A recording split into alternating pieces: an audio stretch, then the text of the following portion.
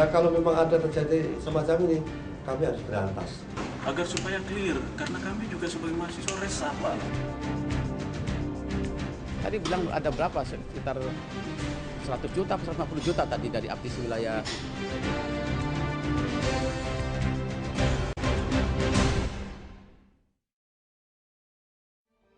Perguruan tinggi favorit memang menjadi incaran utama para calon mahasiswa. Tapi kalau tidak mampu, maka pilihan pun jatuh ke sekolah swasta yang mungkin jarang terdengar. Namun apa jadinya jika kampus yang mereka pilih itu masuk dalam daftar ratusan perguruan tinggi yang dinonaktifkan pemerintah karena dianggap bermasalah? Salah-salah sia-sia kuliah tahunan dengan biaya mahal karena ijazah yang diraih tidak diakui. Itulah sebabnya belakangan ini banyak kampus yang memburu cap sah ijazah para wisudawan lulusannya ke pemerintah. Tidak ada yang ingin kampus mereka dicap sebagai kampus abal-abal dan akhirnya disegel pemerintah. Dan menarik juga untuk ditelusuri bagaimana sebenarnya lika-liku pengurusan izin perguruan tinggi. Benarkah semua berjalan sesuai aturan atau main mata pun terjadi di sini? Berikut penelusuran tim Realitas. Inilah suasana pembubaran acara wisuda yang diikuti oleh sekitar 1000-an mahasiswa di Universitas Terbuka Convention Center Tangerang Selatan pada hari Sabtu 19 September 2015. Mereka ini gabungan dari 3 kampus perguruan tinggi swasta yang berlokasi di Tangerang Selatan dan berada dalam naungan satu yayasan. Acara wisuda ini dibubarkan secara paksa karena dianggap ilegal. Pembubaran wisuda ini menambah panjang aksi Kementerian Ristek dan Dikti yang belakangan ini gencar memerangi kampus abal-abal.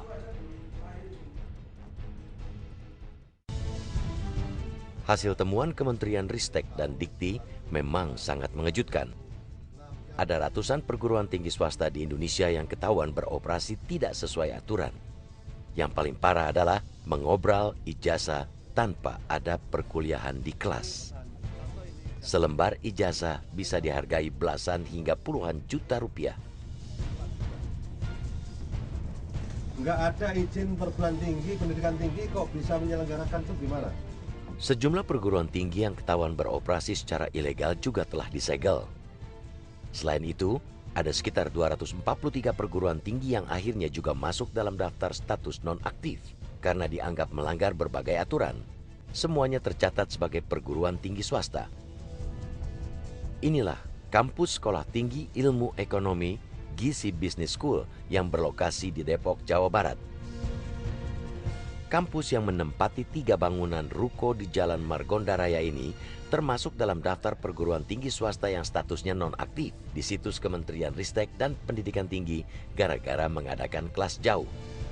Kelas jauh itu yang sering kan ada di media-media dirilis, disampaikan oleh baik kooperatif maupun DITI bahwa kelas jauh itu adalah yang nempel-nempel berada di ruko, berada di kantornya. Misalkan ini di kantor mana ada kelasnya. Misalnya Setiagizi itu buka kelas di kantor mana, di mana gitu kan. Kita enggak. Kita kan itu kan di sana kan juga kampus gitu. Selain kampus Depok ini, STIE Gizi juga punya beberapa kampus lain seperti di Bogor, Bekasi, dan tentu saja di Jakarta. Yang menjadi persoalan STIE Gizi akhirnya masuk dalam daftar kampus yang dinonaktifkan adalah proses pendidikan jarak jauhnya. Kampus ini menggelar kelas jarak jauh dengan Akademi Akuntansi Permata Harapan yang berada di Batam, Kepulauan Riau. Saya jelaskan dulu di awal ya, kita perguruan tinggi kita ini adalah Sekolah Tinggi Ilmu Ekonomi Gizi S1. Ada program S1 Manajemen, program S1 Akuntansi. Nah, sementara di Batam itu ada Akademi Akuntansi Permata Harapan. Itu kalau dilihat dari masa lalu ininya sebenarnya secara kelembagaan tidak ada hubungan, tapi ada masa lalu histori di nama Gizi itu sebenarnya. Di sana ada nama, di sana lebih sebut lebih akrab disapa dengan Gizi Business School gitu. Masa lalu dengan Batam itu, tapi secara kelembagaan sekarang dengan Batam itu kita tidak ada hubungan. Kelas jauh itu istilah yang pas itu adalah program studi di luar kampus utama, gitu ya standarnya. Maka beberapa perguruan tinggi baik negeri maupun swasta melakukan program studi di luar kampus utama tanpa izin. Yang tanpa izin itu yang dilarang. Apakah dilakukan oleh PTN maupun PTN. Yang dapat surat peringatan kemarin misalkan di rasio dosen dan mahasiswa. Bahwa standarnya itu untuk IPA kan 30, untuk PIPS kan 45. Yang dikasih surat peringatan adalah yang rasionya itu di atas 100, gitu ya. Maka dia dapat surat surat cinta. Kemudian dia melakukan perbaikan. Kalau perbaikannya itu belum sampai pada 130 ya, kemudian 145 untuk EPS, kan statusnya ya masih belum dicabut status nonaktifnya. Rupanya bukan hanya kelas jauh antara STIE Gizi di Depok dengan Akademi Akuntansi Permata Harapan di Batam saja yang bermasalah. Sekolah Tinggi Ekonomi ini juga masuk dalam daftar dinonaktifkan Kementerian Ristek dan Dikti karena persoalan rasio jumlah dosen dan mahasiswa. Rasio jumlah dosen dengan mahasiswa yang dimiliki STIE Gizi ada di angka 1 berbanding 41. Yang artinya satu dosen mengajar 41 mahasiswa. Ya kami tanda tanya aja, sebenarnya prosedur yang benar ini seperti apa? Kok menonaktifkan kok dengan tiba-tiba tanpa pemberitahuan itu aja, gitu. Terus surat peringatan yang terakhir tahu kemarin itu iya. Isinya itu surat peringatan sesuai yang kita sampaikan, yang akhirnya kita sudah tidak bisa berbuat apa-apa ya. Kalau masih begini terus kapan bisa berakhir? Ini selesainya bagaimana? Ini kita diminta untuk mencabut ijazah itu. Yang sudah dikeluarkan itu, iya. Kan itu tidak ada legal standingnya. Itu yang kami bagaimana menyikapi ini gitu. Pemerintah akhirnya juga memberikan surat peringatan kepada kampus ini. STIE Gizi harus mencabut ijazah 422 lulusannya dan dilarang menggelar wisuda. Kampus ini juga dilarang menerima mahasiswa baru atau pindahan. Yang paling berat, pengelola juga diharuskan untuk menutup perkuliahan di STIE Gizi Bogor, Bekasi, dan Jakarta. Real aja kondisi Gizi perizinan berada di Depok kan, Jakarta, Bekasi, Bogor berbatasan langsung tidak? Berbatasan langsung kan? Kita sudah diklirkan itu kepada Kopertis, kita sampaikan apa adanya, berbatasan langsung. Tapi nampaknya pemerintah tutup mata sendiri terhadap permennya sendiri. Ini permen yang bikin siapa? Permendikbud yang bikin menteri kan? Saya targetkan tahun 2015 ini Desember harus selesai. Jangan sampai terjadi masalah itu berlarut-larut. Karena nanti yang jadi korban mahasiswa, kasihan saya. STIE Gizi di Depok ini hanyalah satu dari ratusan kampus yang masuk dalam daftar dinonaktifkan oleh Kementerian Ristek dan Dikti. Nasibnya memang lebih baik karena masih ada kesempatan untuk keluar dari daftar nonaktif.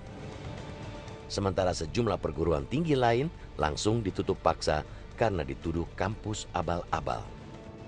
Saya langsung lagi menelisik ke dalam ini, mana yang sekolah benar, mana yang tidak.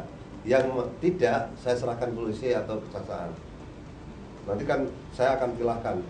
Saya punya strategi dalam hal ini, karena saya mantan pejabat di perguruan tinggi, saya tahu cara-cara itu. Mengadakan kelas kuliah dari diploma ke strata kemudian magister adalah cita-cita semua perguruan tinggi baik swasta maupun negeri. Peminatnya sangat tinggi sehingga memiliki nilai ekonomis tinggi juga. Namun bagaimana nasib para mahasiswa jika kampus mereka ternyata masuk dalam daftar nonaktif oleh pemerintah? Realitas segera kembali.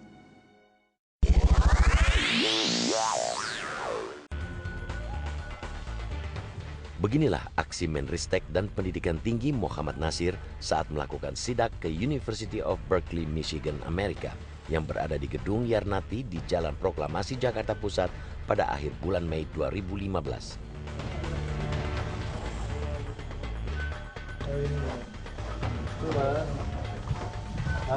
Saya mau tanya ini Berkeley ya? Izinnya. University Berkeley izinnya mana? Coba saya pengen tahu. To whom it may concern bukan, izinnya ada SK-nya Mas. Ini izin apa ini? Mana? Kampus yang namanya mirip dengan sebuah kampus di luar negeri ini nyatanya tak lebih hanya kampus abal-abal. Ya, University of Berkeley hanyalah satu kampus yang akhirnya terbongkar beroperasi ilegal dan mampu meraup puluhan juta dari setiap ijazah yang mereka keluarkan. Mungkin belum banyak yang tahu kalau soal keabsahan dan legalitas lembaga pendidikan tinggi sebenarnya bisa diketahui oleh publik. Data-data perguruan tinggi dan pendidikan tinggi ini bisa diakses di situs milik Direktorat Pendidikan Tinggi. Jadi saya itu merasa bahwa masyarakat itu masih belum bisa membedakan antara pendidikan tinggi dengan lembaga kursus. Iya kan? Nah, pendidikan tinggi itu sangat menjunjung nilai-nilai proses pembelajaran yang akhirnya merupakan karakter pembelajar yang sejati. Oleh karena itu yang ditransaksikan oleh perguruan tinggi dengan mahasiswa adalah memberikan suasana akademik yang baik.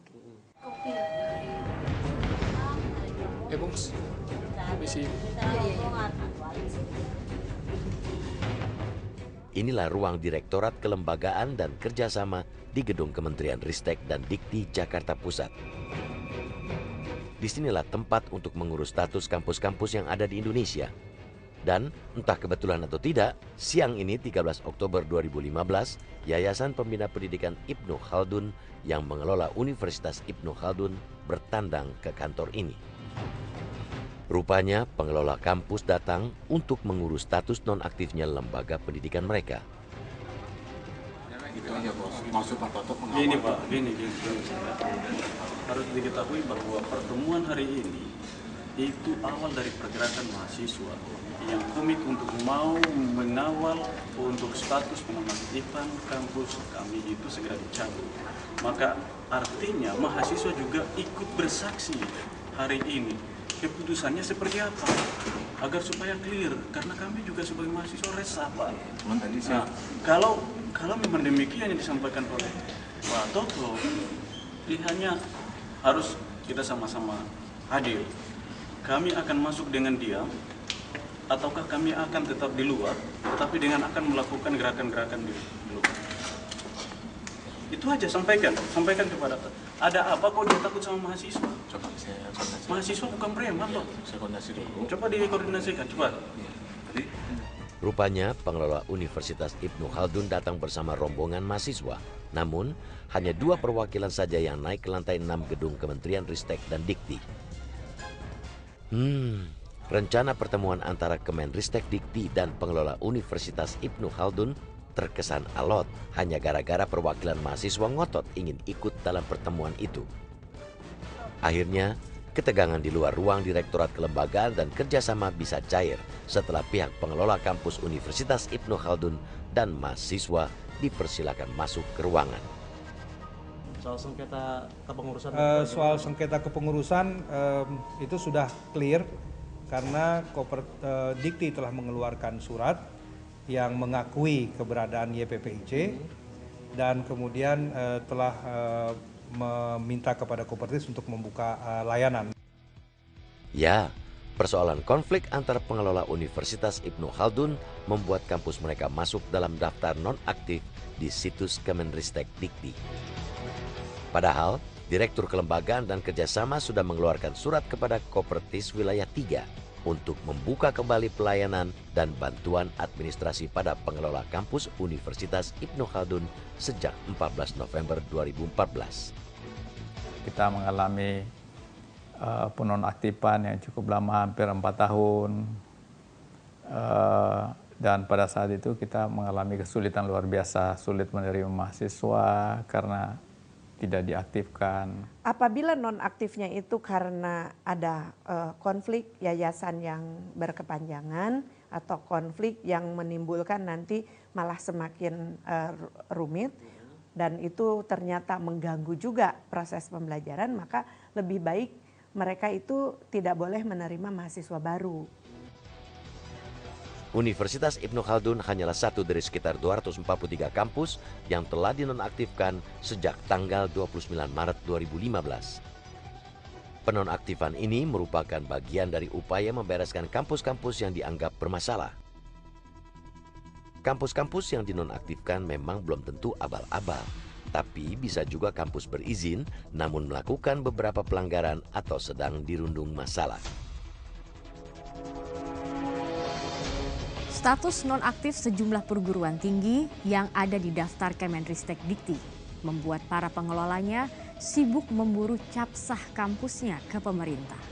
Segala cara ditempuh, termasuk bergabung dalam wadah Asosiasi Perguruan Tinggi Swasta seluruh Indonesia. Lantas benarkah asosiasi punya backing wakil rakyat?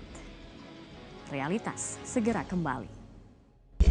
Dari Nusa Tenggara Timur mendapat 2 perguruan tinggi dinonaktifkan. Ketika saya ditanya, saya balik bertanya. Beginilah suasana pertemuan antar perguruan tinggi dalam wadah Asosiasi Perguruan Tinggi Swasta seluruh Indonesia di Hotel Le Méridien Jakarta pada tanggal 15 Oktober 2015. Pertemuan ini digelar 10 hari setelah media memberitakan ada 243 kampus dengan status nonaktif di situs Kemenristek dan Dikti. Kepada pemerintahan ya, itu evaluasi terhadap yang nonaktif itu harus selektif. Jangan korbankan mahasiswanya. Nah sehingga dalam hal ini mungkin dipilah-pilah, ya diverifikasi mana yang betul-betul telah sangat merugikan dunia pendidikan. Ya, dari data di situs Kemenristek Dikti, ada 3.116 perguruan tinggi di bawah naungan Direktorat Jenderal Pendidikan Tinggi. Dari jumlah ini, pada tanggal 10 Oktober 2015, tercatat ada 243 perguruan tinggi swasta dengan status nonaktif di situs Kemenristek Dikti. Namun jumlahnya terus berkurang. Hingga tanggal 22 Oktober 2015, tersisa 197 perguruan tinggi dengan status nonaktif.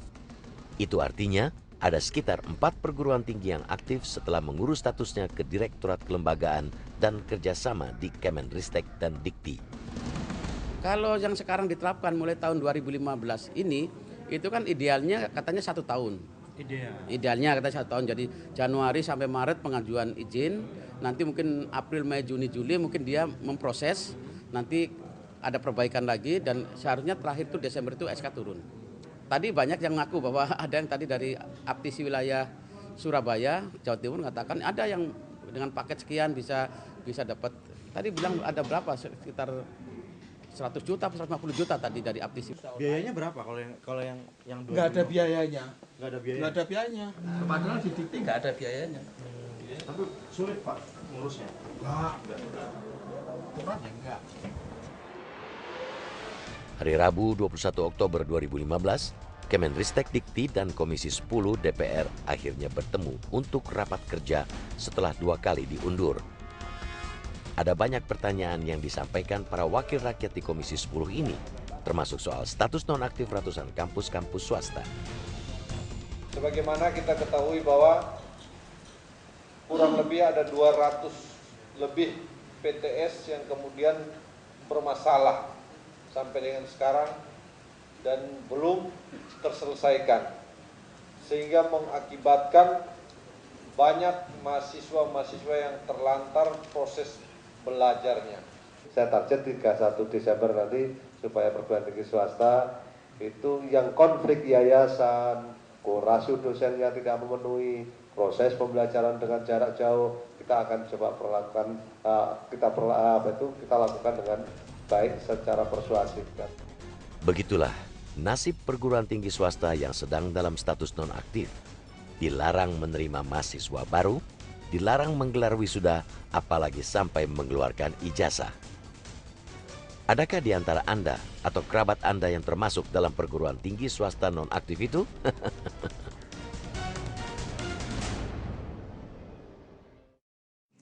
Munculnya kampus-kampus baru dengan beragam program studi di negeri ini seharusnya memberikan nafas segar bagi masyarakat. Pilihan untuk tempat kuliah semakin banyak sehingga jumlah anak bangsa terdidik terus berlipat. Namun faktanya, tidak semua kampus punya itikat baik untuk mendidik masyarakat. Kampus abal-abal yang bisnisnya menjual ijazah tanpa ada perkuliahan bermunculan di tengah masyarakat. Celakanya, banyak juga orang yang nekat menjadi mahasiswa di sana demi mendapatkan ijazah yang abal-abal juga pastinya. Inilah problem negara ini. Dan pemerintah harus makin ketat melakukan pengawasan demi mutu pendidikan dan kaum terdidik di negeri ini. Saya Zakia Arfan bersama tim Realitas. Sampai jumpa.